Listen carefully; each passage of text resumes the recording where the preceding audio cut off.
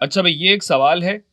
Matrix A से ये वाला मैट्रिक्स ज़रब हो रहा है, जमा मैट्रिक्स बी ज़रब ये वाला मैट्रिक्स प्लस सी ज़रब ये वाला मैट्रिक्स, और ये जवाबी मैट्रिक्स आएगा। और इसमें हमें ए, बी और सी पता करने हैं। सवाल शुरू करने से पहले मैं आपको एक इशारा दे दूं कि इन तीनों में, ए, बी और सी में, या तो आइडेंटिटी मैट्रिक्स हैं या जीरो मैट्रिसेस हैं। तो अब कितने आइडेंटिटी और कितने जीरो हैं ये आपको पता करना है।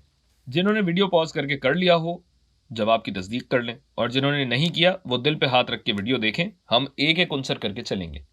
तो भैया पहला आंसर है 2। अब बात यह है कि मैं आपको ये इशारे देता या न देता, आपको ये बिल्कुल पता लग जाता कि अगर तीनों आइडेंटिटी मैट्रिक्स होते तो ये एक और एक और एक 3 बनता, 2 नहीं बनता। जिसका मतलब यह है कि इन तीनों में से एक ना एक तो जीरो मैट्रिक्स है ही है, क्योंकि अगर पहला आंसर जीरो है इसका मतलब है कि जीरो मैट्रिक्स ही बनेगा। लिहाजा अगले आंसर की जानिब चलते हैं जो कि है 4।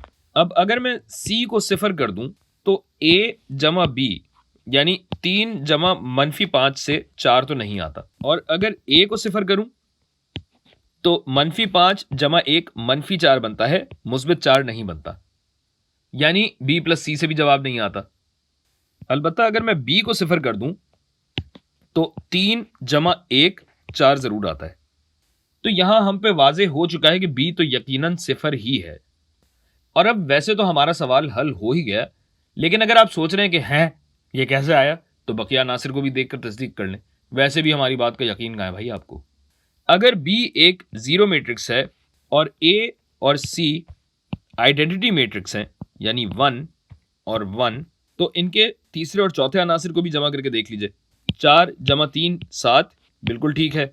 -2 जमा 2 बनेगा 0। तो यानी ए और सी आइडेंटिटी मैट्रिसेस हैं, जबकि बी एक जीरो मैट्रिक्स है। कह भी रहते हैं हम, लेकिन नहीं भाई, हमारी कहाँ सुननी।